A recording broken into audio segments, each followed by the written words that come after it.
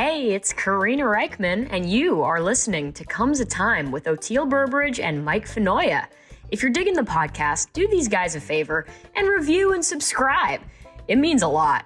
Be sure to follow the pod on social media, YouTube, and if you're joining for bonus episodes and exclusive content, go to patreon.com/comesatimepod and get on the bus. And now, here's Mike and Oteil. The great David Gans here with us again. It's nice to see you, my friend. It's nice to be visible, and it's nice to be ambulatory. Definitely. How apropos that you have your Stanford University shirt on too. You professor, you. It's my new identity. Yeah, I slapped that on last winter. I got my old friend and colleague Joel Selvin, who was the Chronicle's pop music critic for 40 years, called me last fall and said, "Hey, Stanford's looking for somebody to teach a Grateful Dead class. You could call them." And I called them and I rattled off a few of my credentials, and they said, "Oh, you'll do just fine." Nice. It turned out really, really well. And they let me do it the only way I know how to do it. I said, "Look, I'm not an academic. I cannot give you a structured curriculum with essays and texts and stuff. Let's call it a seminar. And I'll bring in a bunch of my colleagues and friends who know this stuff as well as I do, and we'll just bullshit our way through the session." And they said, "Okay." So I put up a syllabus with a reading list and a bunch of movies and, things that people should. Let's stipulate to the history of the Grateful Dead and talk about the music instead, because that's the thing that I bring that the historians can't. And, the musicologists can get sort of deep into that stuff, and the historians can get deep into the cultural history. But I'm a musician who plays that music. And so I brought that perspective. And I've also been curating this music on the radio for 40 years. And I produced a bunch of box sets for the Grateful Dead and various stuff. So I'm sort of a qualified expert on the music. And that's what I wanted to put forward. And they let me do it. And it went amazingly well. So it's under the music department? No, it's Stanford Continuing Studies. It's not main curriculum, but I guess you can take the class for credit, even though I didn't give any tests and didn't grade any essays. But I guess if you show up for the whole class, you get a credit. So here's the thing. They expected 50 or 60 people, and we had like 330, which was wow. And it went so well. This community formed around it. All these wonderful people like really jumped into it, and they started a Facebook group, and we started a mailing list, and they wanted this music. I had Peter Richardson, the historian, come in, and Jesse Jarnow, who does the Dead Cast, amazing historian. Big shout out to Peter them. Jackson and McMahon from the Golden Road, and Steve Silberman, who's another expert, and I'm going to have more guests the next time because it's going to be 8 sessions. But we just talked about the music and we listened to music. And I'd pull up a piece of music that has something going on, and we would play it, and we would talk about what was going on in there. Gary Lambert and this was so popular that we had a bunch of separate listening sessions where all we did was listen to music and talk about it. And people showed up for that. And I said, well, let's just do this and we'll see how many people show up. We had more than 100 people show up for, an extra session. That's and it went great. so well. And it was so much fun that a lot of the people who took the class the first time have said they're going to take it again. Oh, well, you keep getting mix more up the material a little bit. Yeah. Yeah, but you can even go over the same material in a way, because a lot of the friends of mine that got to take music lessons with their heroes, I would be like, "What was it like?" They were like, "Man, we actually sat around and listened to records the whole time." And it was exactly what you're talking about. They would listen to something and then they would point something out to him, like, "Here, do you see this part where he played this on the hi-hat? That comes from blah, blah, blah. And he got it from this guy." Then they go put that record on that's like 20 years older. Yeah. And then go, and it's like trace it back. It's almost like, yeah. You're reverse. just listening to music and talking about it. And it is a lesson. It's like, okay, maybe we didn't spend that lesson on the drum doing stickings, but we were doing a deep dive, and that's so great that like you can get college credit for that now. Where was that class when I was in school? Man. No kidding. Gary Lambert and I did the listening sessions together, and we put together a bunch of supercuts. Like I went through the entire history of Scarlet Begonias and just pulled out the opening, the opening riff. That groove is so amazing and so unique and so unlike anything else. So I just sliced that out of like 20 years worth of those and strung them together so you could kind of hear, the organ fills would be different, the groove itself would be different, one drummer, two drummers, so many different things. And Lambert, I did another one, a supercut of Minglewood Blues, which was in the Grateful Dead's repertoire from like 1965 to the very end. And Bobby changed the arrangement, as Oteil knows very well, changed the arrangement, like month to month sometime. So it's fun to just sort of do a historical, like a vertical tasting of Minglewood Blues and stuff like that. And Gary did a bunch of stuff that was contrast. We'd play a little bit of the Reverend Gary Davis, Samson and Delilah, and then cut over to this incredibly powerful Grateful Dead groove of it.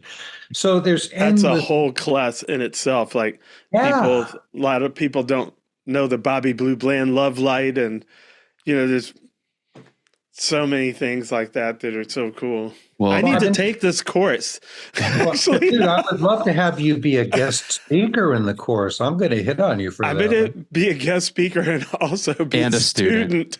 Yeah, can I like audit the class? Seriously, because I would do things like that, like listen to Scarlet Begonias over the years and hear how Phil changed it. There's just one part where Phil's doing these octaves like the 77, and I was like, okay, so I have to like I love how you say you call it a vertically in the wine business they call that a vertical tasting, right? 7 different vintages of the same wine, right? That's well, and it's interesting too. Take Scarlet for instance. It's like you had your pre-fire marriage, right? So like Scarlet used to have an ending before it was married to Fire on the Mountain. So like that was a whole different one. And I just listened to the good old Grateful Dead cast about Scarlet. So it's interesting you bring that up. Absolutely unbelievable. How Bob Marley was like part of like the emphasis of the inspiration for that tune and where that relationship almost went. And what an unbelievably spectacular, that podcast in itself. I mean, I can't get enough. That's why I love the Grateful Dead. Is it just goes so many levels deep. Yeah, we're never going to run out of stuff. And wide. And wide too, because it's historical, it's cultural, it's musical. It's like there's all these different levels of it that spread out. It's just human. And one of the tricks that I did with the listening sessions was I'd pull out a version where Scarlet Begonias went into something beside, like that time at Shoreline in 91 when Hornsby was in the band. They come out of Scarlet Begonias and he starts dropping these little do-do-do-do-do lines into the jam and pulled the whole band into Victim or the Crime. Wow. And they played this kick-ass Victim, and coming out of that and that sort of apocalyptic beam jam at the end of Victim, Bruce leads them right back on in and take it out through Fire. So I played the transition, the surprising transitions, like it's like when I was playing this music 40 years ago with my band, I always say, well, let's do China Cat into something besides Rider.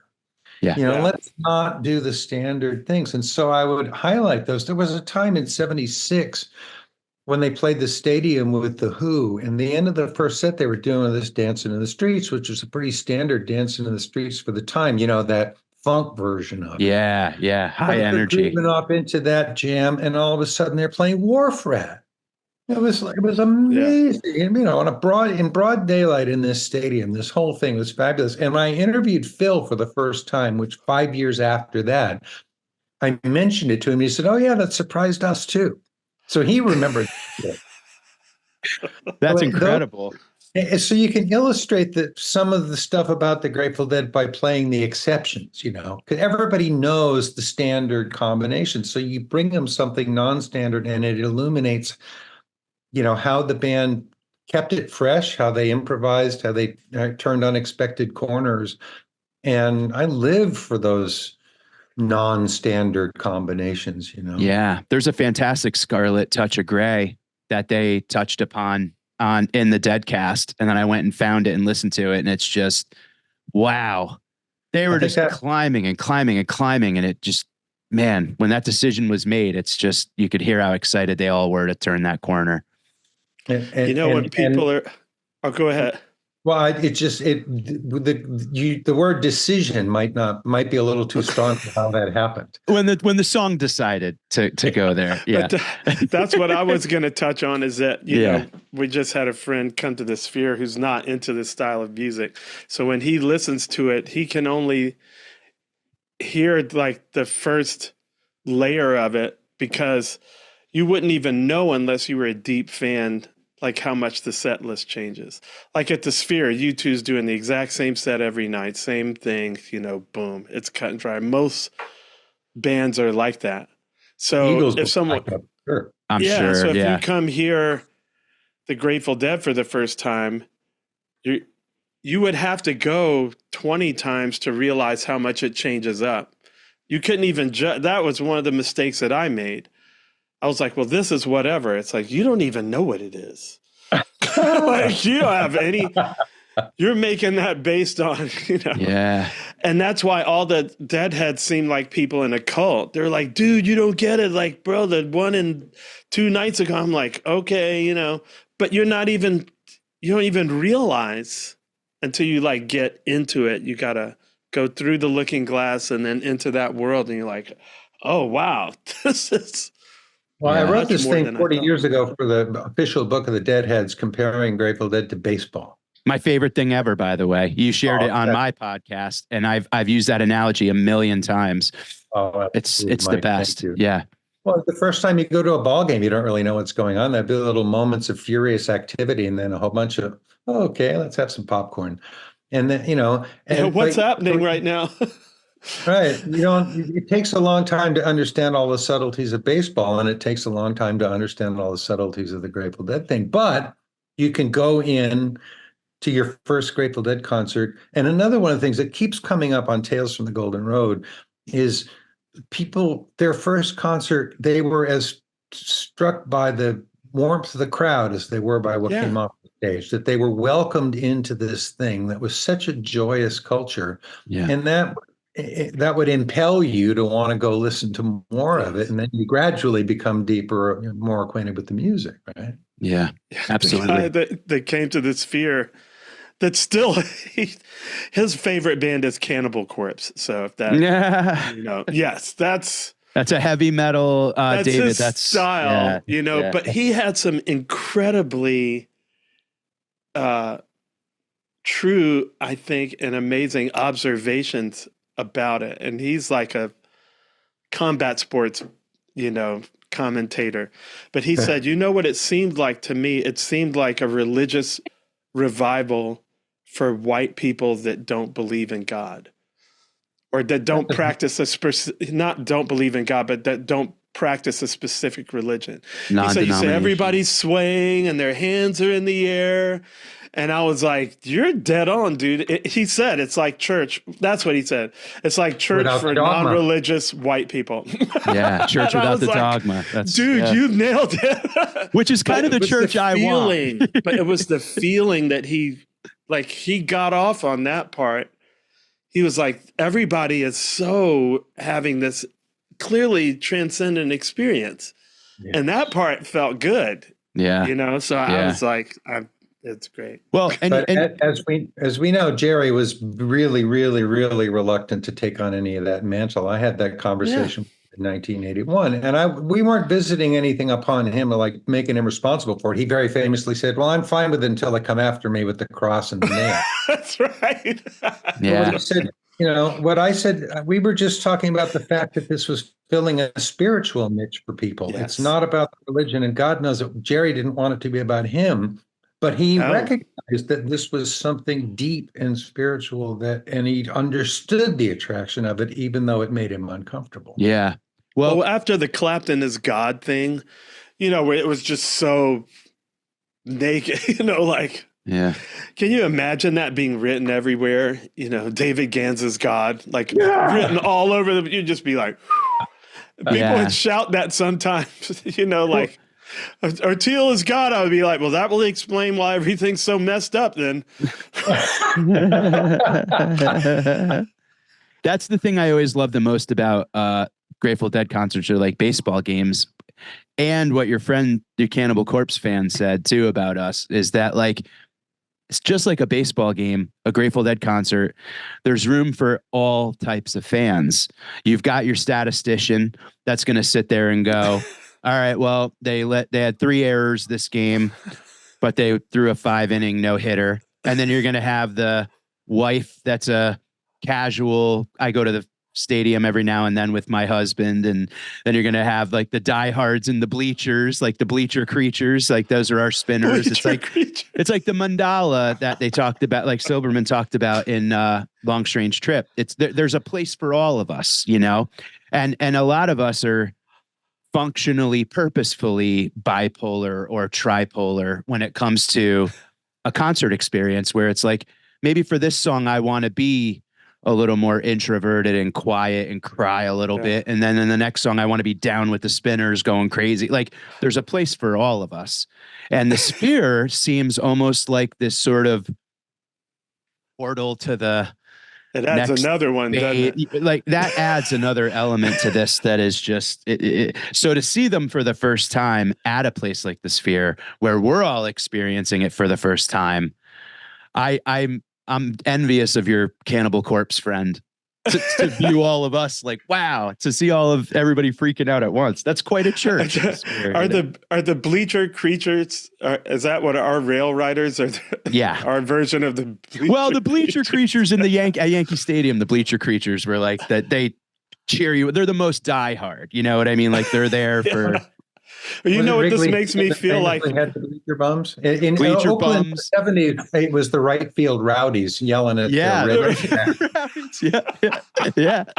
Bleacher bums, bleacher creatures. This gives me hope for my future in baseball, because I've never like been the baseball guy, but now I realize, okay, baseball's like the debt. I just need to microdose and go to a baseball game. I get it. I'll bring you to a game. Oteal, when I was a little kid. Oteal, not even little kid, high school, we used to take the train, Metro North, down to Yankee Stadium, and it was like $6, $7 to go to the bleacher seats at Yankee Stadium. And that's where the crazies were. Guys would have Spock, like a Spock head on a stick, and like all the real like Looney Tunes. Why would they have a Spock head? Why not? It's the bleachers. That's like where everything. The bleachers. They are like, it is like the bananas. I feel like I grew up in the bleachers at Yankee Stadium. It's like the freaks. Yeah, it was great. Yankee Stadium. Who needs acid? Exactly. It's to do with the Spock head on a stick, just up and down. Dude, I'm definitely gonna dose and go to a baseball game now. Maybe it needs to be Yankee Stadium. Yeah. Although I will say, in baseball's defense, when I've gone live, when I've seen it live, I get it more because of that. It's very meditative when you have that many people together and it gets really quiet. That's a trip. That's a lot of energy and attention. Focus. It's the TV part that lost me, but I know the secret. TV can sort of jazz things up beyond recognition. But Bill Walton made the great point about basketball and Grateful Dead being similar, is team sports and improvisation within a structure that relies heavily on the mind meld. And I think that's really true in baseball too. Yeah. Those guys, I haven't been to that many ball games over the years, but watching those guys and you'd see that Pablo Sandoval at third base, that guy would drill and drill and drill, and he would jump up in the air and grab a line drive, turn around and snap and whip it to first base. And you could not believe the accuracy of that without even hardly looking. And it's like, and it required everybody to be, you want to, as like Phil Lesh said, fingers on a hand. You want to be functioning as one organism. That's right. Bob said that right before we went on stage the other night. We put all our hands in and somebody thinks of the word. And right before we went on, he said, 12 hands, one brain. And I was like, that's cool, man. Mm. It's What just do a you, good when you think vision. of a word? Do you guys come up with like a theme or a watchword for the show? Or It's not for the show. It's literally like just for the moment.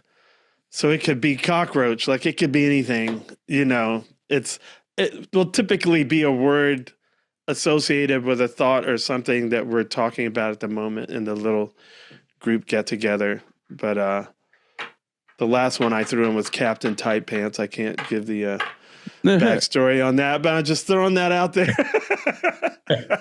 I can see Bobby just coming up with cowboy words like sarsaparilla and.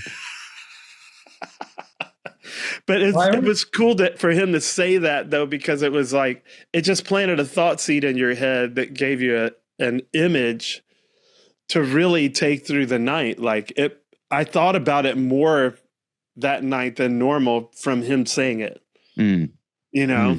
And then we had a great gig. And when we got off stage, someone said it again. They were like 12 hands, one brain, because, you know, it just came together. Yeah. so lovely, man. I've so enjoyed the entire history of Dead and Company. I had the great privilege of watching the last 3 tours, every single show, because we were doing the between sets thing. Hugs.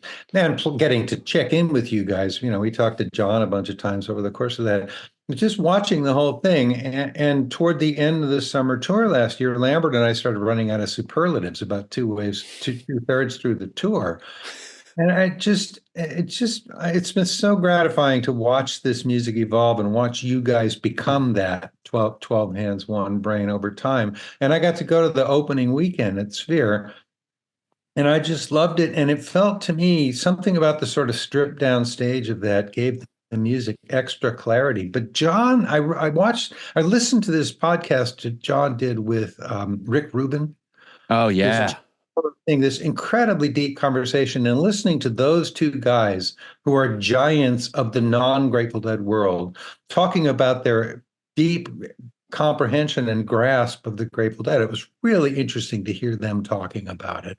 And I think that John mentioned something about listening to like 74 on his way into this tour. And I felt like that. I felt like his playing that when I saw you guys in May had a bit of that 74, the sort of clarity and simplicity of it. You know, the sound coming off the stage and the wall of sound was so wall amazing. of sound feel, yeah. And not dense, you know, no string pads. Yes. Everybody was playing what Jerry called essentially an all percussion band, because Keith was mostly playing grand piano, right? That left huge amounts of space so we could sort of wander around among the notes and really listen to that music. And I felt a bit of that coming off the stage in May from you guys. And I don't know whether that's intentional, and I'd love to hear what you I think a lot of it also it's due to that. It's also due to everybody having to be on inner ear, so the nuance is heightened.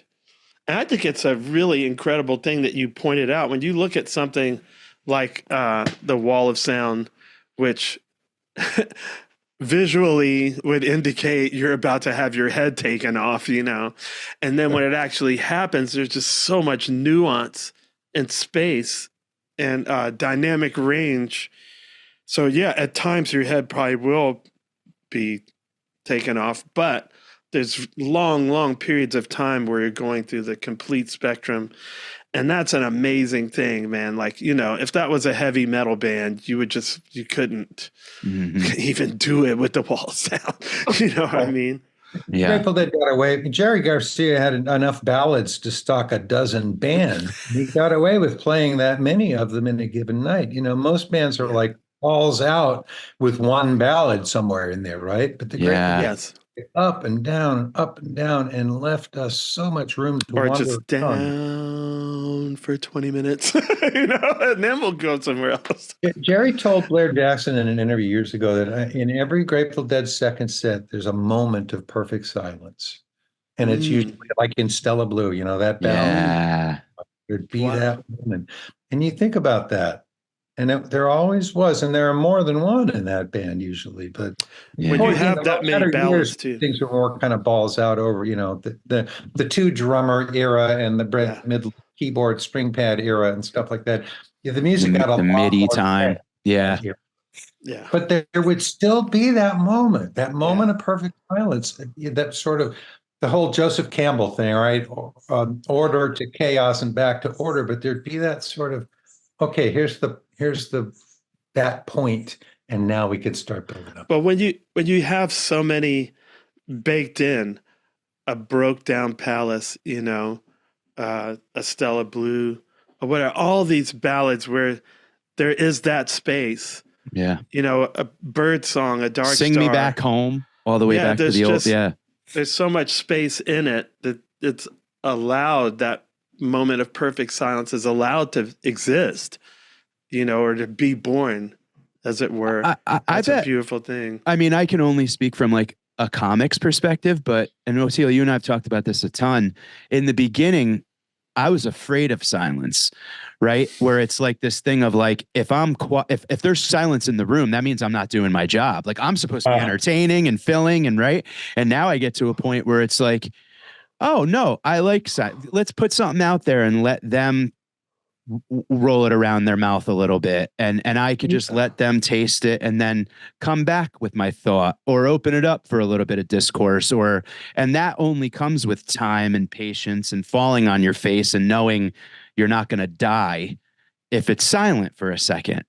Have you seen Hannah Einbinder's new stand-up special? I haven't. I've seen clips of it for sure, but I haven't watched the whole thing.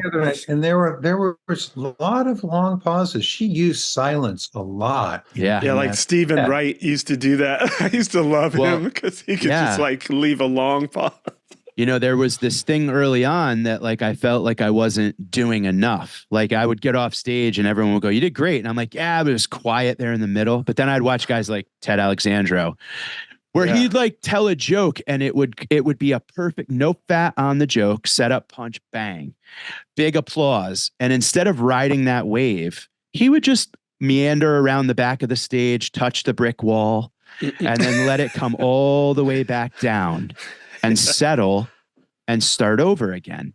And it was almost like he was cheating if he rode that wave, But I think about what you're saying with what Jerry said, where it's like, yeah, let that big crash land and then like let the tide resurface and then let it breathe. That is a perfect moment of silence. Yeah, that's amazing. You can even use those moments to like create, because I think of somebody like Andy Kaufman or Colonel Bruce that would use moments of silence to build tension, Oh, of course. and then kind of like really just work you and let it be uncomfortable.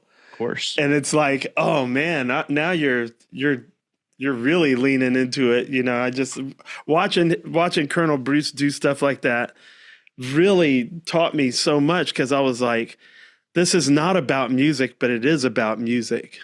It's about life. Yeah. He was an amazing dude, but he seemed like one of those guys that you can't cop licks from him. There was only well, Jimmy Herring can do this one.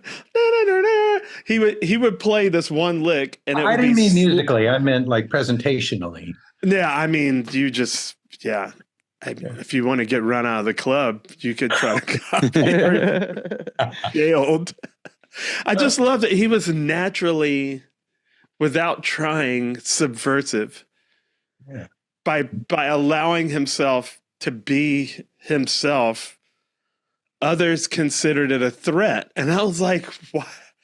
He's just, And I feel like the dead have that same kind of thing. Like, if we just allow ourselves to be ourselves.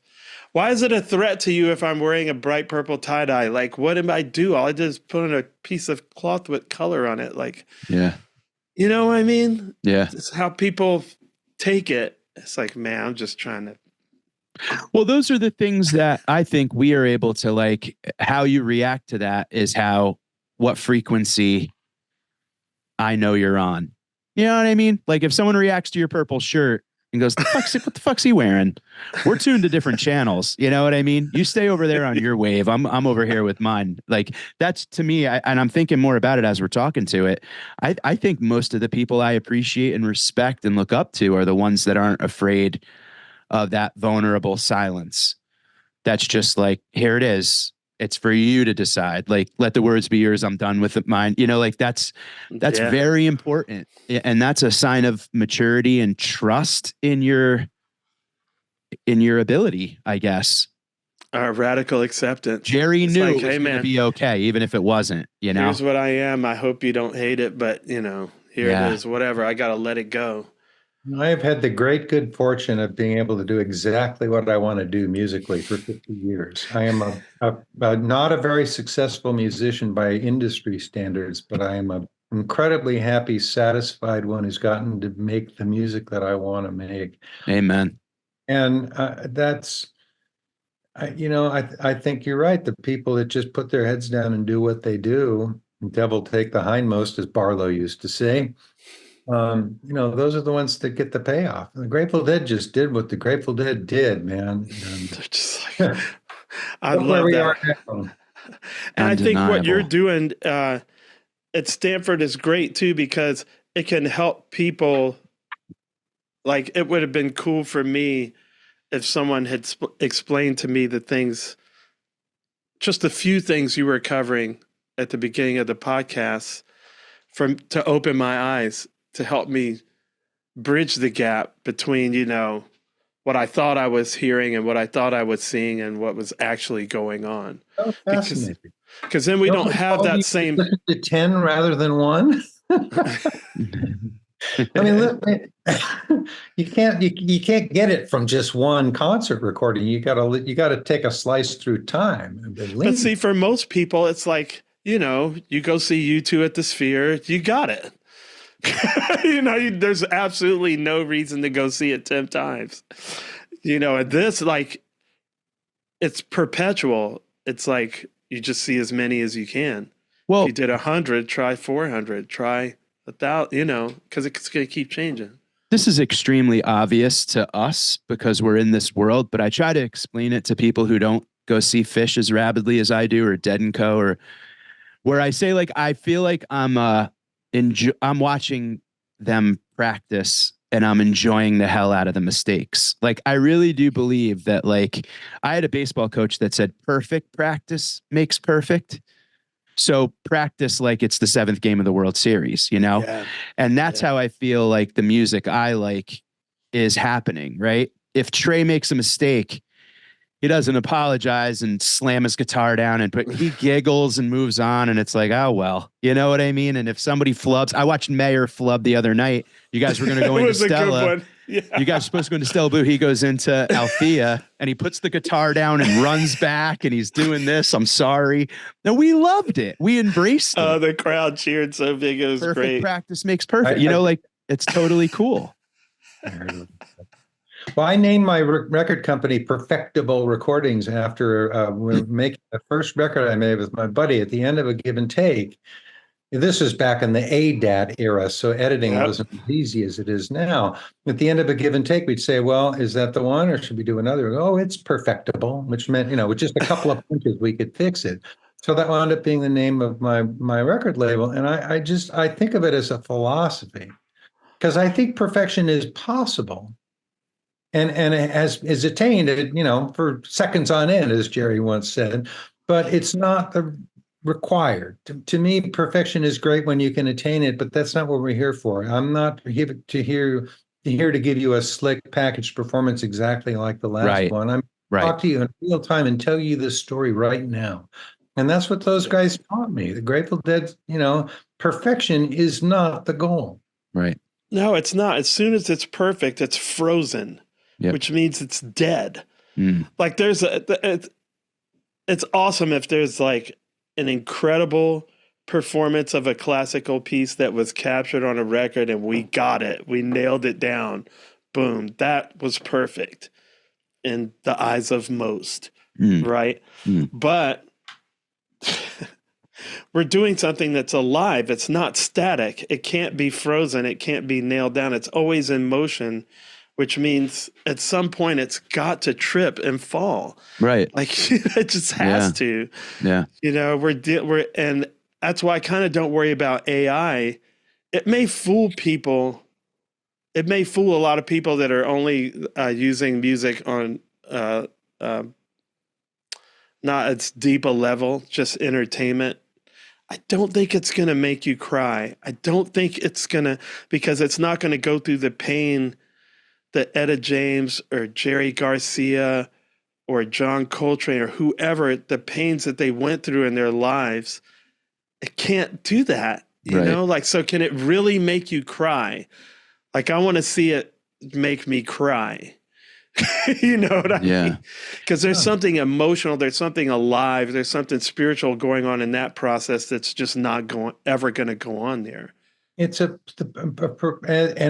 thing we learned from the Grateful Dead is that a performance requires an audience, and I think of this as a communicative art. And when I'm out, I'm looking at people, I'm trying to make contact with people. I am telling my story to these faces, and I don't believe in closing my eyes. I don't believe in turning away from the audience. I believe in reaching out. This is what this is, and getting stuff back from them. Exactly. House concerts are the best, man. You can sit in a house concert with 40 people in a living room and look every one of them in the eye. Yeah. They're all there looking back at you, and nobody's in the back trying to get laid or, they're in the room. And that is the most high level transaction I know of. Yeah. And that's why all comics love the low ceiling, small basement-y rooms, because it's like we can see each other. Right there. And I think that's where, when perfection isn't accuracy, but a moment, when the definition changes, that's where when the definition changes. Yeah, because if perfection for you is like, all right, that's accurate, that's when you're in trouble. If you're chasing accuracy, yes, exactly. Like, perfection is failure. Yes. AI can't make a mistake. Yeah, exactly. Yeah. You're right. There's nothing at risk. Mike, I can't imagine what it's like. I mean, you can't go up there and say the exact same thing the exact same way every time. I mean, it's not like a song, you can play a rigid structure and deliver it, but what you do has to be different every time. And word that comes out of your mouth is articulated. I mean, you could do it the same. You said, but it's not. But and Oteil knows, because he's seen me with two atrocious audiences, David. One in Vegas, one in Manhattan. Both times he's watched me like try to hold a Jenga tower together, like during a tornado. You Grateful Dead it perfect. He improved his way around and then actually flipped the whole thing. And I was like, that was alchemy right there. But I'll tell you, I give all credit to the elders that I watched not blow their top and scream and yell and try to control. Instead, they just adapted and reacted and realized, we just got to get around this bend. And then we'll get back together. But David, you know what I've realized is, like, the jokes I like to, the jokes my mind writes are ones that leave the tags, we call them, right? So you have a setup, your punchline, and then some tags, examples, reinforcement points. I like to have tags where I can always change the examples, right? So it doesn't always have to be cheeseburger. It could be, falafel. It could be nachos, whatever I feel, right? So it leaves me, I don't have to play the same note every time in order for it to land. So I can, and it keeps it fresh for me, which makes me laugh on stage. And I think that's the contagious thing. And I think that's strictly from Fish and the Grateful Dead and jazz and the stuff I love. Improv, it's not static. I think really that's the basis of it, Again, why I don't worry about AI, because when you think about something like the double slit experiment, right, where they found out that matter reacts differently if we observe it than if we don't. Okay, so that's something that our consciousness is affecting something that we consider inanimate, which really nothing is, because everything spins, but just for the sake of the way we think. Yeah.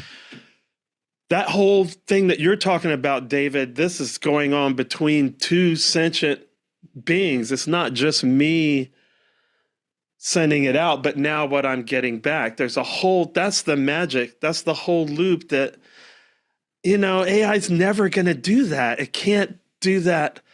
It can't receive back.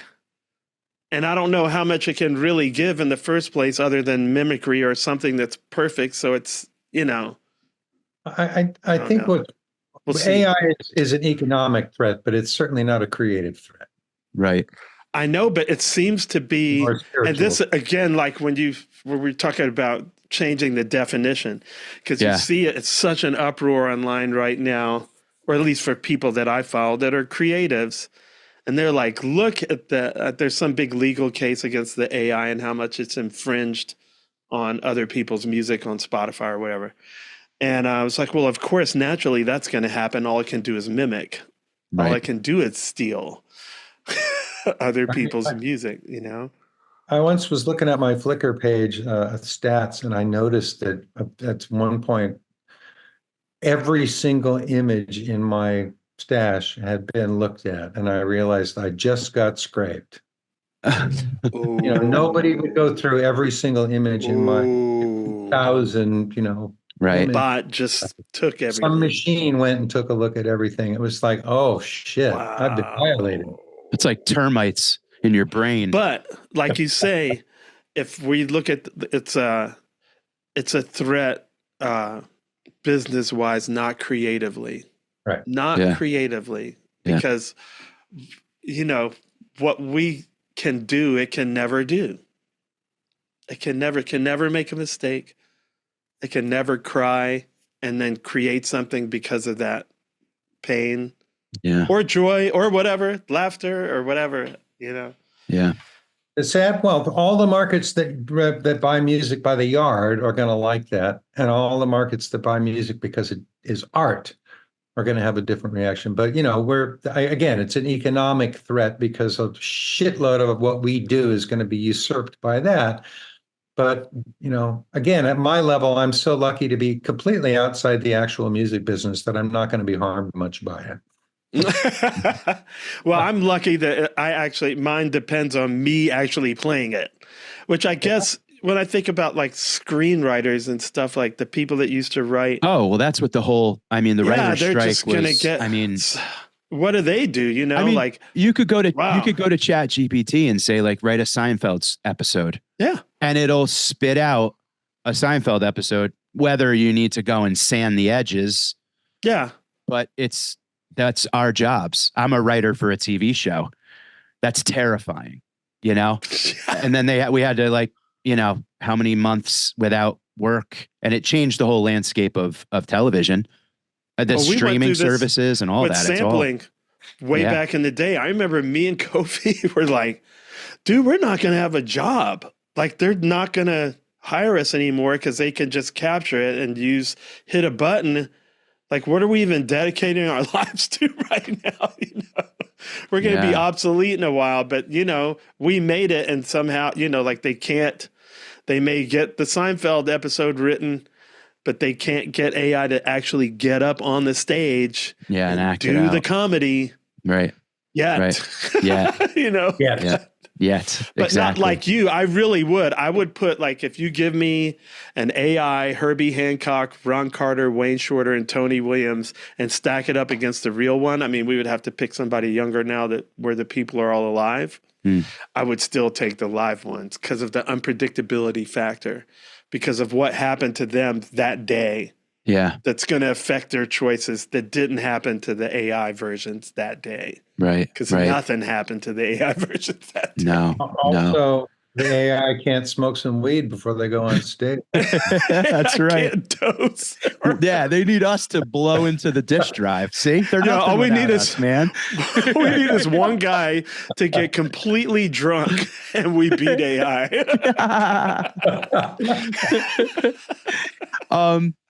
David, I wanted to ask you a Jerry Garcia question because, I've seen some technically savvy guitar players that put too many notes in at times. You know what I mean? Those like got to fill every space. And then, you got guys like Jerry that are kind of like that all of his emotion is what dictates his play, and obviously he's technically brilliant, whatever. But did he look at any guitar players and did he ever hold himself up to other guitar players in a sense of like, I have to be as good as this person? Or did he kind of know who he was and what he brought to the game?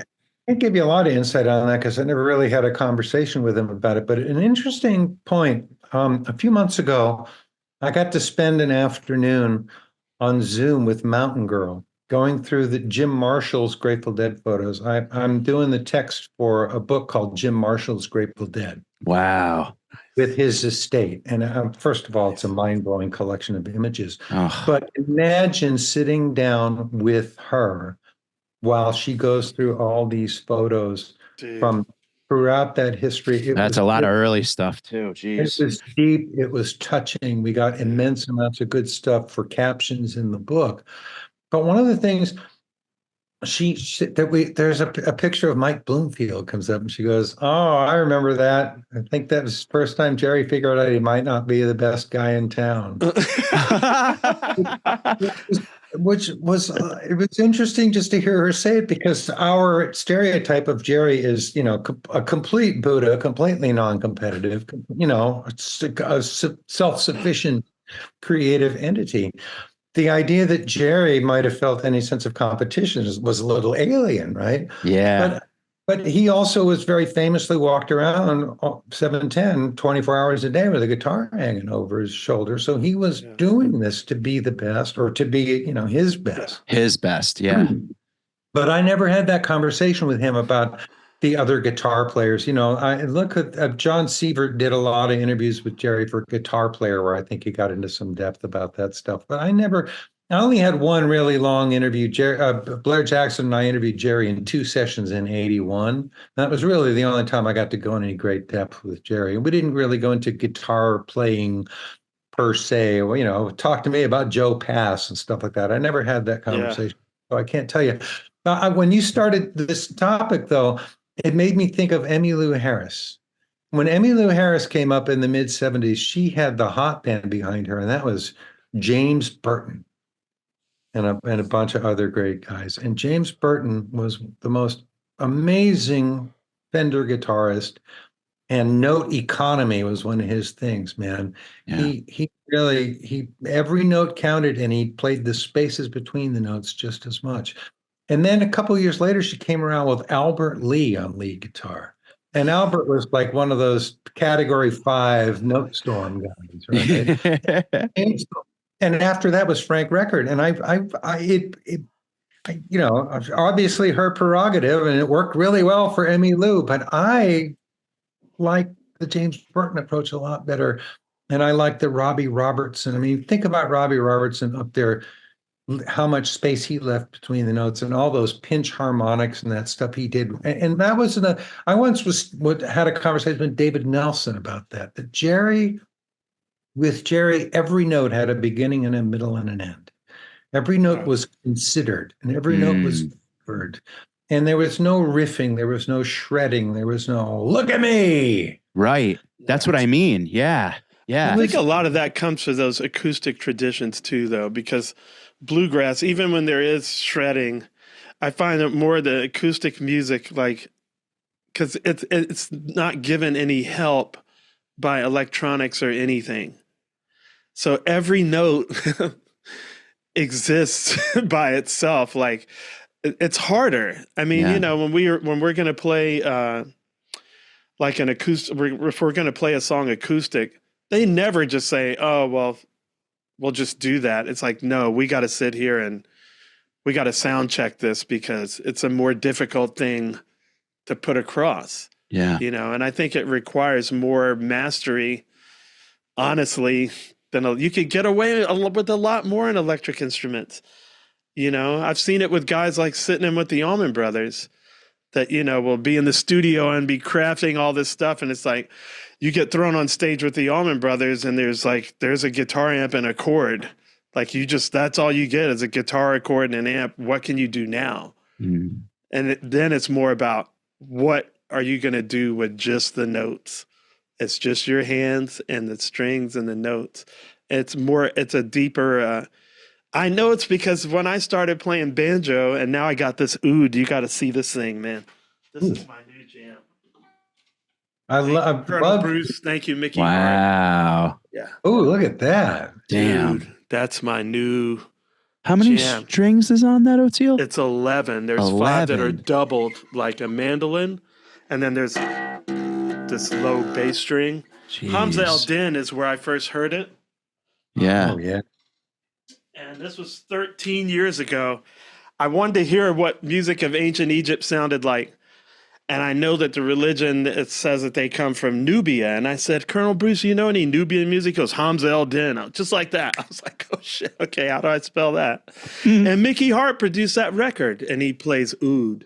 He's playing these ancient Nubian melodies. So, and I think he played with the dead in Egypt. Yeah. And after. And at home, too. Yeah, in Winterland. He sat out here in California a couple of times. In 1990, when through a strange series of coincidences, we got Ken Nordine to come and co-host the New Year's Eve broadcast with us. Look him up if you're not familiar with the name. An amazing voice. He had a thing called word jazz, and everybody was huge fans of his in the 50s and 60s. And he came and co-hosted the New Year's Eve coast-to-coast broadcast with us in 90 and 91. It was one of those most amazing, like, pinch me experiences of my life, getting to work with him. But one of the things we did, we set up in the visiting team locker room at the Oakland Coliseum a couple of days after Christmas to set up our studio, right? And when Ken Nordine walked in, everybody stopped what they were doing and ran over to say hello to him and fall at his feet. It was really fun watching Jerry Garcia and Dan Healy prostrating themselves in front of somebody else, right? But we wound up doing a session back there. Healy soundproofed a little shower stall or something, and we had an improv session with Jerry on guitar, his plugged-in acoustic, which didn't sound great, Hamza playing the oud, and Ken doing his word jazz bits. Wow. That's recorded. A couple of those. I have that. I'll send it to you. Dude, yeah. Please. I've played all of it on the radio over the years, but we played little bits of this in between. But you can imagine Jerry and Hamza making a groove and Ken doing these word jazz pieces over it. It was so amazing to be part of that. In the shower of the visiting team at the That's so great. Who needs I acid? love it. I really Right. But it does, man. When I turned hockey rinks into cathedrals for decades. I know. Amen. Yep. Amen. I tell you, when I sit there with that oud, it was funny when I first unboxed it because I have no idea, the tuning, the playing fretless with a pick, all this stuff is like, it's completely different. But as I started to get it under my fingers, it was amazing the effect that it had on my kids, my wife, my father-in-law, like the dog.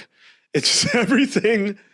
It just calms everything down. And it's exactly what you were saying. Like each note has its own story. Yeah. And because it's fretless, it's so easy for it to be out of tune. You literally, I'd move my hand, I just rotate my finger, and it's out of tune. So it's very humbling to your ego. But I just sat there, and as I started to meld with it, Jess was just like, man, it really just makes everything feel peaceful.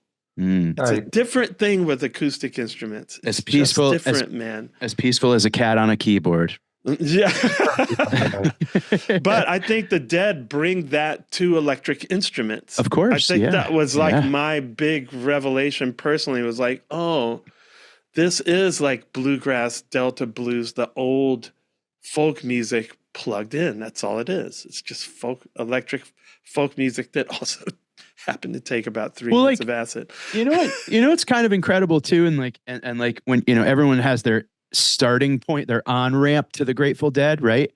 And then you get to like Weather Report Suite or like Sage and Spirit or, some like, wow, like they're taking their time and doing this amazing, peaceful, like you said, it makes everything calm, you know what I mean? And it brings everything to a place of like, it gives you the freedom to feel different things when you're listening to it. And I've always thought that was the most important thing about the Grateful Dead, was it wasn't like listening to one band, right? It's 10 bands per show, like, yeah, it's a cover and it's not band. telling you what to feel yes, or hear. because like, nothing against Cannibal Corpse, but it is kind of telling you how to feel. It's like, this is our new song, Dying Fetus, although that may be another band, but yeah, you know what I mean? How you're going to feel like there's parts of the Grateful Dead, which may sound like a dying fetus, when it goes way out there. I don't, but like you said, Mike, it's not telling you. There's all different options for you to choose and how to feel or what you're going to hear. I've never found the exact source for it, but Robert Hunter is quoted as saying, if there's any message in our music, it's think for yourself. Yeah. Yeah. And I hope it's true. I hope he actually said it, because he when I was an utterly naive young journalist, I listened back to my 1977 interview with him, and I want to fucking blow my brain. Want to slap yourself. I asked him questions that I had no business asking him. And he fielded them and spoke to me in the future after that. So I must not have blown his mind too bad. But he steadfastly refused to discuss and interpret this stuff. The only time there was another thing you'll get to, or if you, the 73, the Wake of the Flood season of the Dead cast, Jesse, who I trust with my life, I let him put this thing on the air where I had a long conversation with Hunter that I thought was about one song and he thought was about another song. It was Road Jimmy versus Mississippi Half Step. Oh, set it up beautiful. Couldn't figure out how he would put it on the air and make it work, but he set it up beautifully and he explained at the end of it, reminded people what was going on. But he just steadfastly refused to commit to, or he said, it's up to you, And the only time I remember him giving me a specific, I said, this is how naive I was he's gone about Pigpen. He said, he looked at me like I was an idiot. He said, no, that song was about Lenny Hart. David, have you ever seen the clips of Chris Farley on the Chris Farley show when he's interviewing Paul McCartney and he's like, remember when you were in the Beatles? Yes, that was awesome. Like every now and then I do that, where it's like you had a Chris Farley moment where you're like, God damn, I'm such an idiot. I know wasn't as bad as that, because I wasn't self-aware enough to know how bad it was. I listened to it years later. Looking back on it, yeah, totally. I know that this is definitely gonna happen. You're totally gonna do it when we have Trey on. Oh, I did it with Paige. I'm like, so what do you listen to? He's like, I don't really listen to music. I'm like, God, I'm such an idiot. Like, you think it's a layup, but it's just like, oh, God damn. Yeah. I would do it too. Like it would just be different people. But I would completely, oh man. Yeah. Well, I have to say, for Professor Gans, as someone who wanted to love education, but it's all about who feeds it to you or who cooks you your, brain food.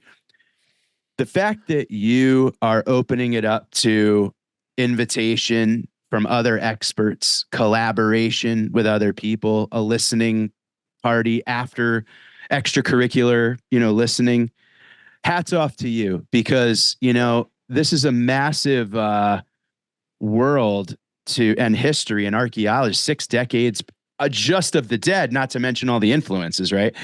For you to open it up to, a round table of experts to come in and talk to your students, man, kudos for that. Because a lot of people would go into this and be like, what can I teach you? I put it in right there in the syllabus. This is improvisational and conversational music, and this class will be improvisational and conversational. I mean that when I was interviewing the Grateful Dead, when I was a working journalist in the early 80s, I worked to get any two of them together would yield exponentially better results. I got Jerry and Phil to sit down together at Phil's house once. I got Jerry, Phil, and Steve to sit down together one time at Phil's house. And the stuff, they get each other wound up, and more stuff came out of there. And the last fucking thing I want to do is stand up in front of people and lecture them about the Grateful Dead. And I also said in the syllabus that, we'll talk about songwriting. We'll talk about improvisation. We'll talk about interpretation. We'll talk about history. We'll talk about women in the great, but we're not going to talk about them in compartments because everybody I bring in here to talk about it knows all these things. So as I said, basically we're just going to bullshit about the Grateful Dead, but it's an incredibly high level of bullshit because I got experts. So that's what we do. Jesse and I would talk about the stuff that Jesse knows, and he's younger than us. He came into this at a different place, but he's also been doing the deepest dive into Grateful Dead music ever.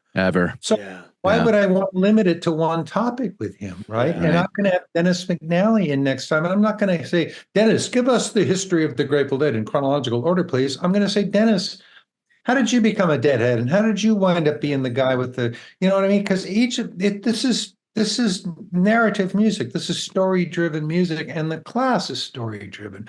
And it's also true, Mike, that there's only one way I could have done this class, and there's only one topic on which I could have done this class. This is the most niche fucking thing. Right. And the fact that I got this opportunity, thank you, Joel Selvin, for the rest of my days, because I am kind of the perfect guy for this, and there's nothing else on which I could do this. Yeah. So I myself, and I used to have God bless Bill Walton, man. I miss that guy. But every time I saw him, we'd had this conversation. No, I'm the luckiest man in the world. Like that. Like that.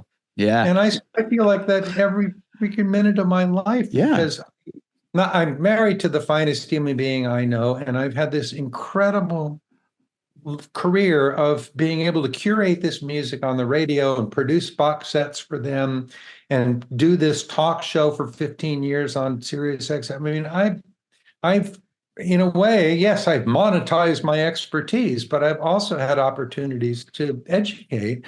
And this is like formalizing that in a way that's mind-blowing to me. There's nothing else I'm qualified to teach. And there's no other way I'm qualified to teach it than the way I'm doing it. And the fact that they're letting me do it blows my mind. Yeah, because that's not the model. No. The model is to specialize and segregate every topic. But then it's like, okay, how do I do a curriculum? I have a curriculum on one side of the scale and Neil Cassidy on the other. It's just literally, right? Yeah. Well, you've been extremely giving with contacts and helping, because I did that project Still Chasing about why we chase this thing, right? Why we stay on the road. And I had you on and you got to talk to my friend Carolyn Adams, and you connected me with her, and she's a professor from, was it University of Virginia?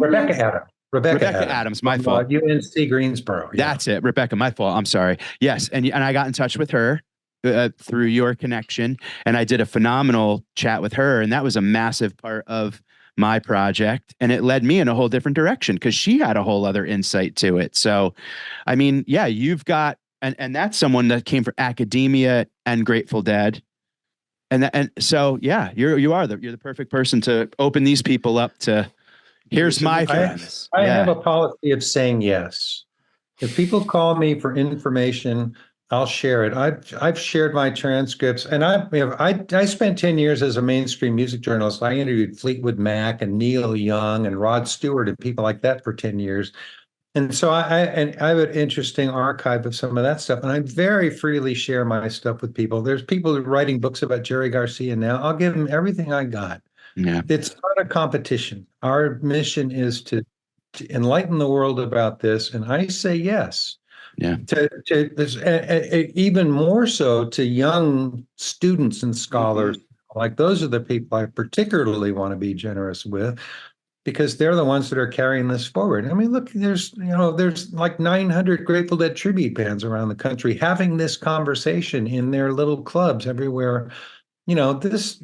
Our mission is to show this culture for the glorious thing that it is.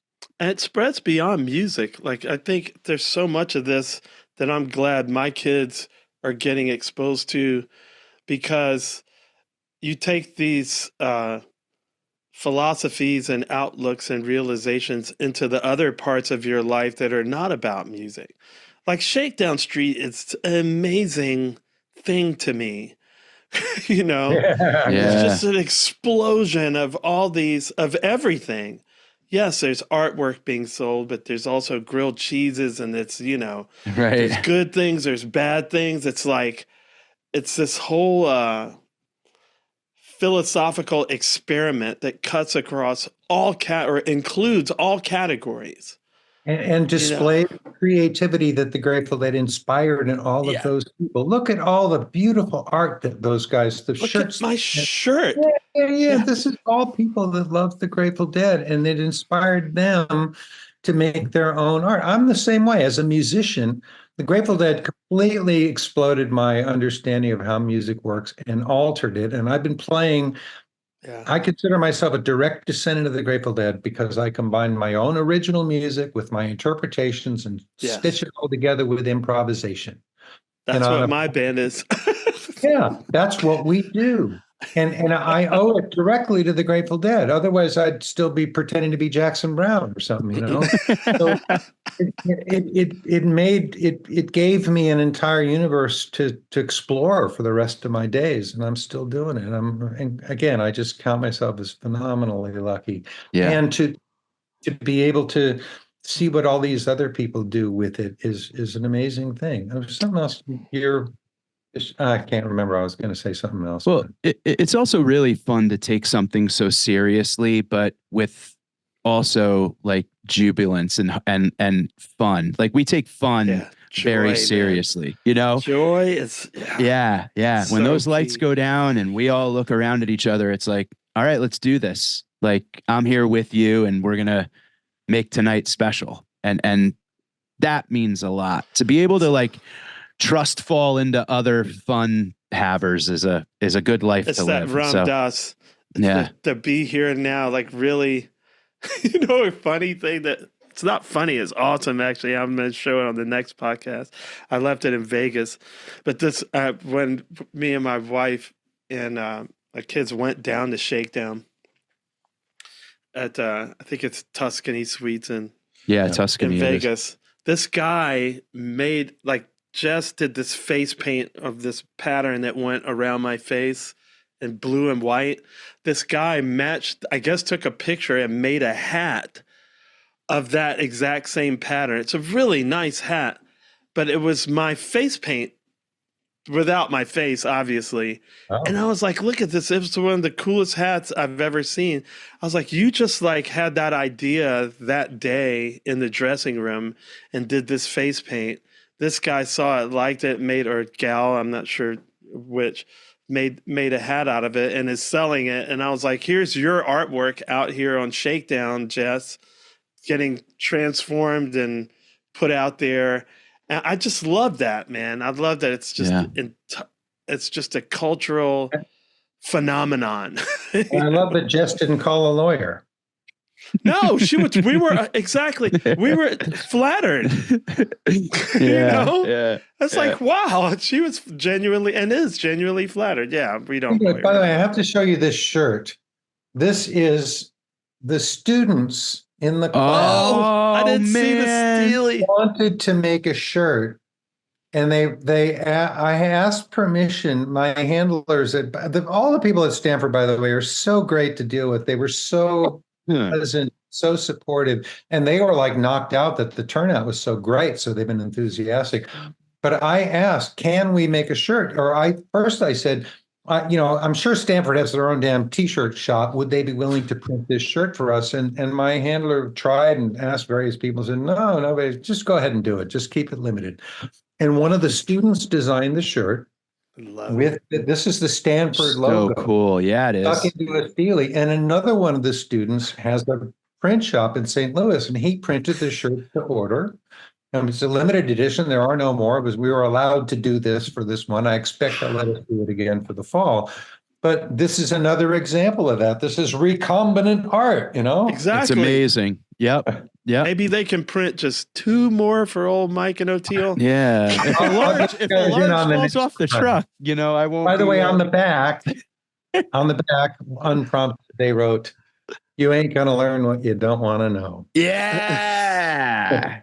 Which, by the way, going back to Black-throated Rebecca wings. Adams, by the way, she published a book. She took a sociology methods class. We all found out about Rebecca because she took a sociology class on tour with the Dead in 1989. Yes. That's how we all got to hear about her. And Yeah. and Dennis, Dennis McNally took care of them and shepherded them through all this stuff and everything. And she and her collaborator published a book called "You Ain't Gonna Learn What You Don't Want to Know" about that experience. Oh, Teal, I'll send you my interview with her too. She's so smart and so. It's a fascinating book, and I'm still in touch with some of her students. She's really? in touch with lots of them. Yeah, it's so important that this gets passed on to younger people because it's not just about the music; it's about the philosophy. It's so quintessentially American to just go out on your own and think for yourself, allow yourself to give yourself your own feelings and your own viewpoint, self-legitimacy. Like you don't need some authority to authorize how you feel and what makes you feel good and blah, blah, blah. And I just love that it's lasted this long and that especially with you doing this, having like infiltrating academia also, because that mindset and that spirit set needs to keep going. Yeah. Well, there's an organization called Grateful Dead Studies Association, and I used to go to their conferences down in Albuquerque every winter. There's scholars all over the country. Rebecca was part of that group, but there's an amazing guy named Graham Boone who teaches at Ohio State in Columbus, and he would come to these conferences and he would had this beautiful visual he called the Dark Star Mandala, and he would give these great talks about Dark Star.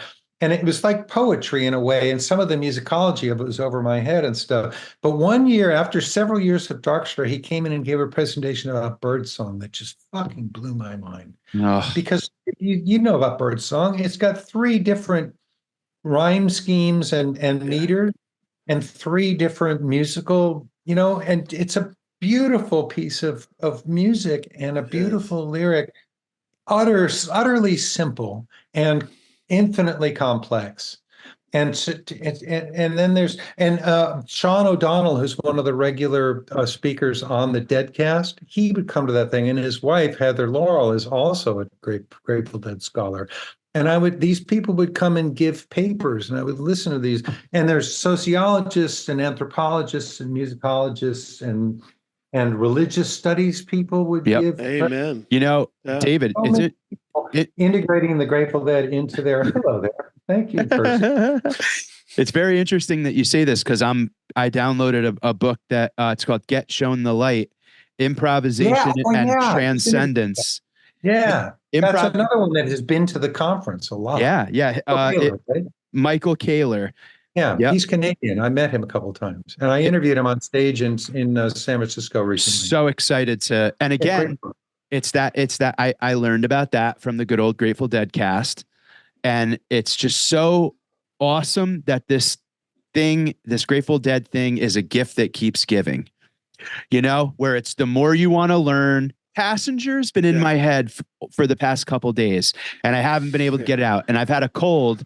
Last night, I'm researching Passenger. I had no idea that Phil Lesh wrote the music to Passenger almost as a goof on a Fleetwood Mac song. Yes. And it was Station Man.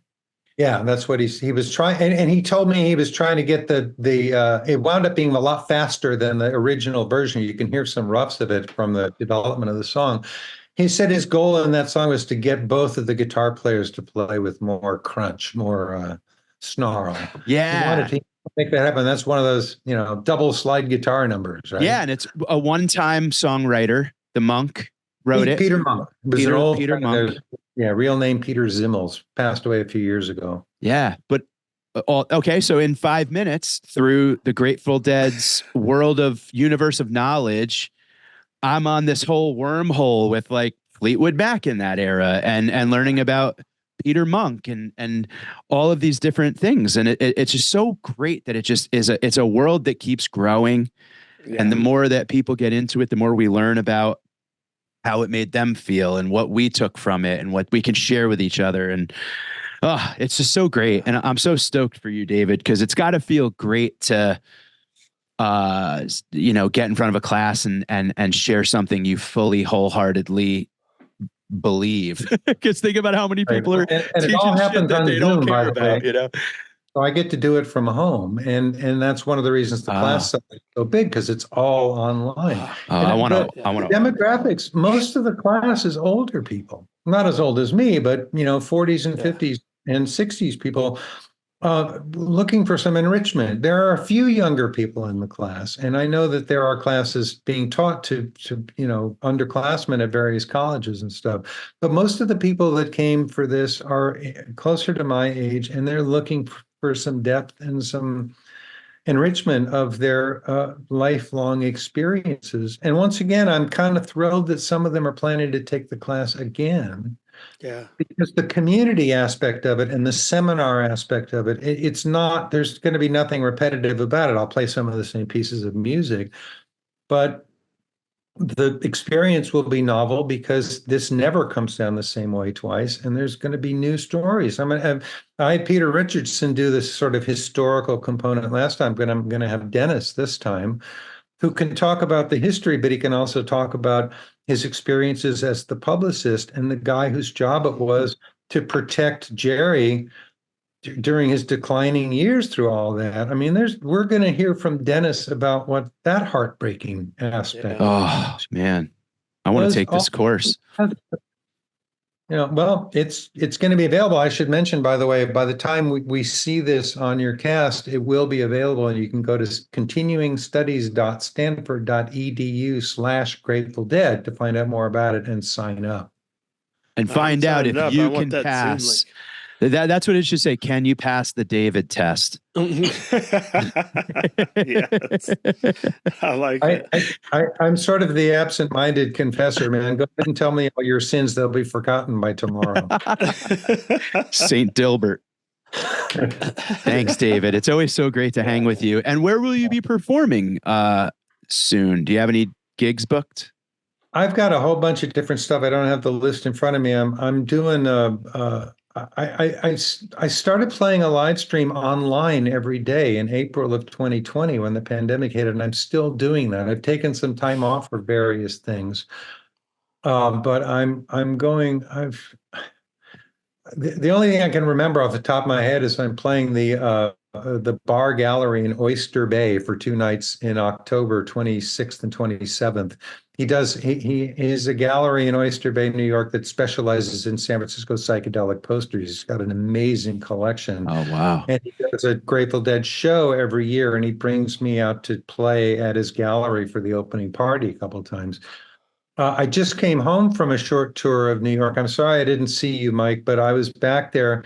My niece is a bass player, and she lives in Manhattan, and she hooked me up. She booked a gig at the 11th Street Bar with 2 of her friends. She plays in a Pogues cover band. Oh, wow. Dark Streets, and she brought her mates. The accordion player in that band is also the keyboard player in Half Step, so he's deeply into the Grateful Dead. And I've just obviously just hit it off with him instantly. And the drummer was not into the Grateful Dead, and neither is my niece, Caitlin Oliver Gans. But she's an amazing musician. She learned a bunch of Dead tunes, and she learned a bunch of my tunes. And I played a bar gig with these 3. That's so cool. It's huge fun. Had a great house. And then she plays with the Silos. She tours with the Silos, and she got us 3 gigs. We played at City Winery with the Silos. And then we went off and played a Colony in Woodstock, and then we played a distillery in Boston. So I did 3 dates with Silos. Then I came home and played that Industry City Amphitheater in Brooklyn with Half Step. So I had 5 or 4 of which involved playing with my niece, which I just adore. She's an amazing human being. I adore her. And the fact that she did all this homework to learn my tunes and learn Dead tunes, play with me, just so deeply gratifying. And we're doing that again 2 days before the Oyster Bay thing. So October 24th, at the bitter end. I hope you're in town, Mike. Oh yeah, that's 2 days after my birthday, David. So I'll. Oh, we're fellow Scorpio. My birthday's the 29th. Well, I'm a Libra. I'm right on the. Oh, I'm the right last on the guy. cusp. Yeah, Oh, I'm right. fuck. The last guy out the door. Yeah, Oh, I fuck get it. Scorpios rule. Stay off my lawn, man. So, and I'm playing a festival in Edmonton, and I'm playing a blues and Grateful Brews thing in Nashville. My website, my webpage and online store are called perfectible.net, getting back to that word. And I have my gigs up there. So go to perfectible.net/gigs, and it has my upcoming stuff. And by the time we see this in August, I've lost track. I don't have my list in front of me. I'm not a very We can look it responsible up. Yeah. promoter. You can look me up on perfectible.net/gigs. And also I have books and music for sale at that site. And all the books you buy from me are autographed by the authors. So there's there's a donation jar there too. If you like my daily live streams, you can throw a few bucks in the tip jar because I'm playing every day. And that, by the way, as Oteil knows, is the best thing a musician can do, is set up a structure in his life where he's playing every day. Yeah. As you can imagine, my singing and my chops have never been better. And my connection to my community has never been stronger because of this ongoing daily thing. It's just been That's a great. lovely experience. You're the man. You are the man. You are the man. Well, I Thank love you guys both as friends and as collaborators. It's been great fun. This is, I think, my second time doing this, if not my Yeah. third. But it's lovely to talk with you guys. This is the smoothest interview there is right here. Oh, thank you so much. Thank you. Can't wait to see you in your health person. is good. Yeah, man. yeah. Thank you, guys. Thank you, Okay. everyone, and check out everything, David. And we will see you next time. Thank you both. That was just a quick to end it, but man, so glad you're feeling well. Really, dude. Ugh, that's terrifying. So many people I know right now are just going through it with health stuff. Like it's just rampant right now. It's crazy. So We're going to a sick time. You know, it's hard. It's like the country itself is having a health. You're right. You're right. macro and micro. It's so depressing to live in this world, and there's so much joy in it. You just got to poke around. My best friend G. Brown said, "You know, well, so how's things going?" He said, "Well, life is great as long as you don't look out the window." Well, you know what? I really think that, especially post-pandemic, but just in general, when things are shitty, it makes you realize. I think it's the whole Bill Walton thing. Like his outlook was so good because he spent over half his life in the hospital. So when he was out and about, he was so fucking grateful to be not in the hospital and just up and moving around and feeling, even if he was still feeling a little bad, he's not feeling terrible. And I feel like that's how it is with us now, like with just the way things are in the world. I'm so incredibly grateful for fleeting moments when tickling my kids, anything. My wife called 911 and probably saved my life. And I have been on an emotional roller coaster since that was Sunday before last. So this is like 11 days into this thing. And it was fucking scary. And I was disoriented. I don't even remember the fire crew that came. I was like delirious. Oh my God. She walked me out to the street after she called 911, and I'm sitting there waiting. And I don't remember seeing the fire crew. I came to in the ambulance when they started getting some fluids into me. And then it's all been on the upswing since then. I've been pain-free since then. I got great treatment since then. But I have had moments when I just, come here. And I just would stand there and cry. There's so much emotion that's been coming out of me since all this. And then she'll come to me and say, I need that too. And I this because you got the greatest spouse in the world too, I got that. And this woman is so smart and so brilliant and so creative and so soulful. And I am thankful every second of my life. And by the way, she had a cancer that probably would have killed her 20 years ago. With, 50 years ago, if she'd had that lymphoma, she might not have survived, but she survived it and was cured of it. I had a mild to moderate heart attack in 2009 and got 3 stents, and I might not have survived that. Yeah. So we both feel like we've been living on bonus time. Yeah. We all are. We all are. don't We've know said if- that where it's all time is bonus time. Yeah, we're in Dude, penalty. all We're of in it. penalty moments right now. My wife and Are you married, I are. Mike? Huh? Are you married? Oh yeah, 12 years. My wife is a nurse practitioner, a Right, you cancer. said that. Yeah, That's right. cancer surgeons. So you both know how incredibly important and wonderful it is to have the perfect stuff. Next weekend, we leave for Italy, Turkey, and Greece for 10 days, and it's our first vacation not related to comedy. And I am so happy and excited to see her let her shoulders down and just I literally have never been more excited to watch another person have a good time than this trip coming up. Like literally, I want to do everything I can. And you too, man. Well, yeah. Of course, I'll be great. Because our trips are always working. I know. Our trips are always. I got quick trip sound to Cleveland before, but yeah. But I just want her to be like. It means so much to be able to go like. Yeah, let's anything you want. Like, let's just Can go. I rub your feet? Yes, exactly. It's just Rita has seen to it that we take actual vacations once in a while. In fact, when we came out, Lambert and I came out for the Sphere. I didn't get to see you, but we came out for the opening weekend. And the Monday after that, Rita and I left for Utah. We had a week in Utah and Colorado, just bombing around the rocks and eating and hiking. And it was the greatest thing. And one of my students, I saw on an email from one of my students, she worked at a place called the I can't remember the name of the place all of a sudden, but it's an archaeological center in Cortez, Colorado, where they study the native cultures. She said, wow. come for a visit. So we spent a couple days, and I don't know if you guys know the geography of Utah, but the Escalante Grand Staircase National Monument is fucking mind blowing, and we spent Sounds amazing. 3 days in the middle of that near Boulder, Utah. Oh, yeah. Hiking and stuff. It was just the greatest. And then we took this incredibly long and wonderful highway, Utah 95 from Hanksville to Bluff, Utah, that takes you through just canyon after canyon of red rock, slick rock, just mind-blowing vistas, which didn't require dosing, but it would have been nice.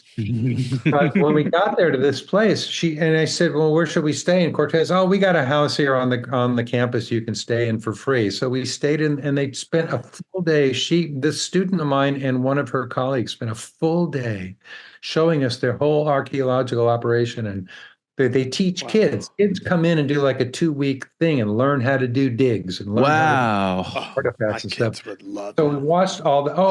I'll Nigel would be all over that. You want to know?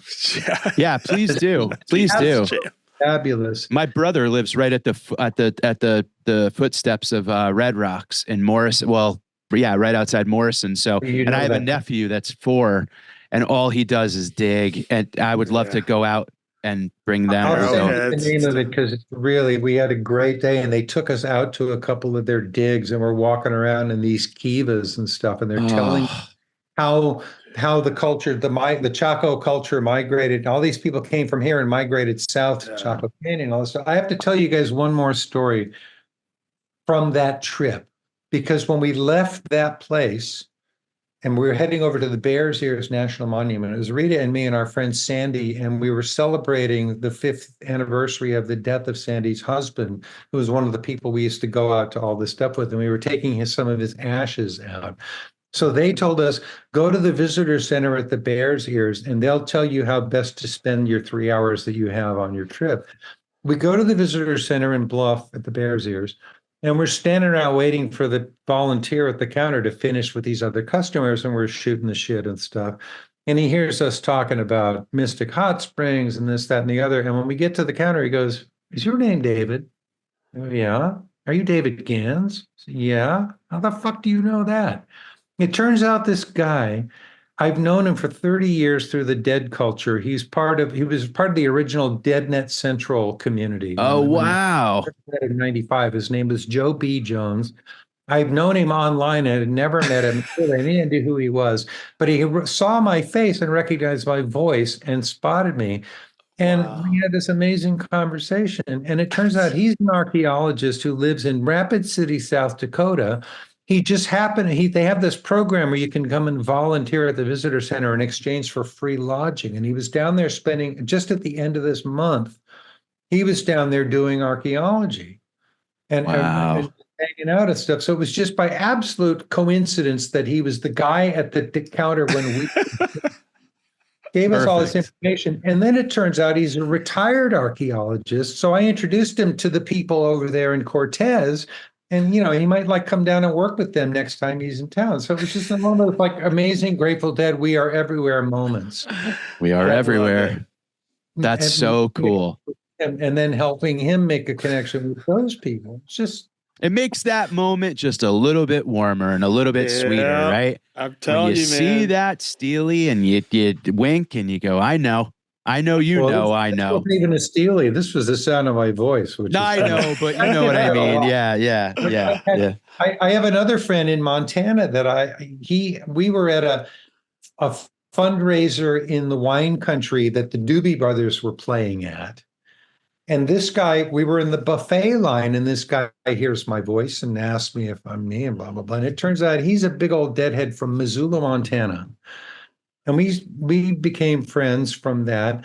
And he's a big listener to Tales from the Golden Road. And in 2015, when the Fare Thee Well thing was announced, before Dead and Company was announced, I said something in passing on Tales about, I'd love to go to Chicago, but it's not in my budget, blah, blah, blah.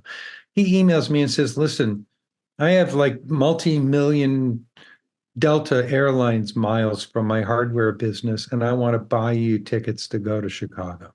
Whoa. And he bought me plane tickets to go to Chicago with his miles. And not only that, he's been doing that ever since. 2-3 times a year, he scores Delta plane tickets for me so I can afford to go on tour. Wow. See? All because he heard my voice in the buffet at Bruce Cone Winery, for fuck's sake. David, a listener of Comes a Time podcast. So good. Got in touch via our email. New Colonel Bruce has seen O'Teal for years. He said, Mike, I heard you didn't get any fish tickets for the Sphere. I have 2 tickets. I want to give you a ticket. And he miracled me a ticket. And we met at the Sphere. And we've been keeping in touch ever since we saw the show together. And it's this thing of like, now he's like, I got an extra for Dead and Co. Do you want to come? And it's this thing of like, he goes, you've given me so much free entertainment and so much important, times through the pandemic. He goes, it's the absolute least I could do. And I'll speak to that to you, that you got to realize, you got to pat yourself on the back every now and then and know that you put your voice comes through at very a lot. important times. I understand that, but you still don't expect this. You don't expect it, right? This sort of material. No. You almost feel bad. You're almost like, I don't know. That's not why we do it. That's right, exactly. That mitzvah. But when those moments happen, it's so beautiful. Right. Yeah. But that's one of my favorite things about my life as a touring musician the last 25 years is people come up and shake my hands and go, I'm a deadhead because of you. Because I heard it, because I was channel surfing one night and the Grateful Dead came out at WXRT. And that's why I'm here today. Yep. And that to me, first of all, my first answer is, well, I hope your parents have forgiven me. And my second is to give them a hug and say thank you. It's so nice to know that I've been effective, because that was the mission, was to turn the world on. 106 WHCN in Hartford, Connecticut is where I first heard you. That was my first affiliate. I was doing I did not, Mike, I did not plan to become a nationally syndicated radio host. I was doing the K-Fog Deadhead Hour in my backyard to promote my first book. And I loved doing it. I had a great tape collection, blah, blah, blah. And other stations started calling. HCN called me at K-Fog and said, can we carry your show too? And then a classic rock station in San Diego. And I said, well, I don't know. Let me find out. And I called John McIntyre and I said, hey, there seems to be some interest. He said, well, let's take it to the band. And McIntyre, being the lovely individual that he was, he helped me present a case to the Grateful Dead. And despite the objection of various territorial motherfuckers in that world, they said yes. So I never formed the ambition to do this. This is not my master plan. I blundered into this like so many things in my life. But see, that's the whole world thing. needed it. Let your life proceed by its own design and Yep. see where it takes you. It'll be a long, strange trip, but you will not regret it, man. I remember a specific evening. It was Sundays between 10 to midnight, and because they had their homegrown show too, Bob Smith's show. That's right. That's right. Right after yours. And I remember a specific Crazy Fingers that played, and it was just this moment, like Kerouac mentions, where it's like that moment where he didn't know who he was, where it was like the east of his past and the west of his future. And I was at that perfect age, and that came on, and it was summer, and it just felt like I have my whole fucking life ahead of me, and this is going to be the soundtrack. And I remember getting so excited about life for the first time in a long time, David, and my childhood. And it was because of your show, pal. And here we are now. Pals. Those things made a big difference in our lives. I love you, pal. I love you. Yeah, I'll be at the front of that list to tell you. Guys. There's one quote that came up whenever I talk about being lucky. Somebody quotes, and I don't even know who said it, but somebody said, luck is the residue of hard work. I like that a lot. Yeah. Means we're doing the work. We're doing the best we can. That's right. Everything we got. And all I'll take credit for is being smart enough to see that door when it opened up and to have walked through it. But I didn't create the door. Nope. But you stayed in the game long enough for the door to open, and you were like, I know that door somewhere. You whittled a door jam for all of us. So thank you for the door jam, David.